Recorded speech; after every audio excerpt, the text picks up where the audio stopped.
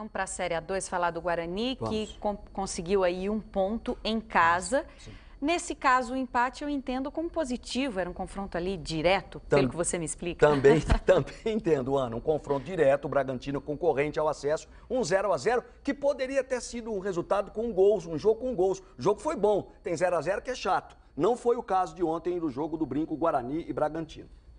Um confronto que poderia tranquilamente ser um jogo de primeira divisão. Eu me sinto numa equipe de A1. Hoje o Guarani joga como uma equipe de A1, se não melhor do que algumas, né, que estão disputando a Série A1 do Campeonato Paulista. Nesse nível, o equilíbrio é que define a jornada das equipes no campeonato. Dois times com campanhas idênticas. Guarani, 7 pontos. Bragantino, 7 pontos. O Guarani fez 7 gols. Adivinha o Bragantino? Também 7. 2 vitórias para cada lado, um empate para cada lado, mesmo saldo de gols.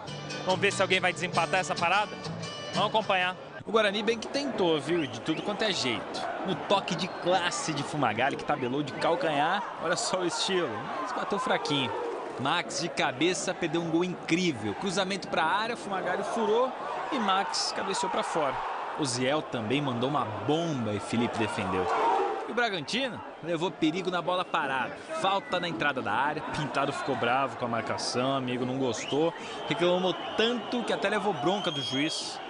Reclamação não foi à toa, não. Olha a cobrança de Vinícius Resch, que perigo. Só que a defesa de Pegorari foi bonita também. Segundo tempo e uma nota triste. Ricardinho fugia da marcação quando pisou em um quero-quero. Ele ficou até meio sem graça de continuar a jogada. Pegou o bichinho e entregou para o Gandula. Pobre quero-quero. Voltando para o jogo, o Bragantino retornou melhor. E o cara que teve as grandes oportunidades foi esse aí, ó, Thiago Santos. E sabe qual foi a sorte do Guarani? Que ele estava numa noite ruim. Primeiro subiu sozinho na área e cabeceou errado, meio de ombro. Depois a bola sobrou livre para ele na área e isolou. A melhor chance do Bugre veio com o Watson. Um lançamento perfeito, ele matou com estilo e bateu por cima. Agora, o que deixou a galera bugrina irritadíssima foi um outro lance. Aos 39 minutos, o Watson invadiu a área, foi derrubado e o árbitro Aurélio Santana Martins mandou o jogo seguir, não marcou nada. E a partida terminou 0-0, uma vaia para o juiz.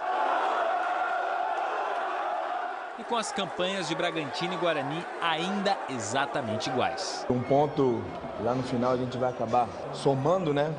E o Bragantino também deixa de somar 2. Mas nós merecíamos um melhor resultado hoje, né? Nós fomos melhor. Hoje era um jogo que a gente merecia os 3 pontos, jogamos para isso. O torcedor do Guarani reclamou, e com razão. Vendo agora o lance, com mais calma, o jogador do Bragantino desloca, toca, desequilibra o jogador do Guarani. O pênalti, no meu entendimento, aconteceu sim, e por isso a reclamação procede por parte do próprio Pintado e dos torcedores do Bugre.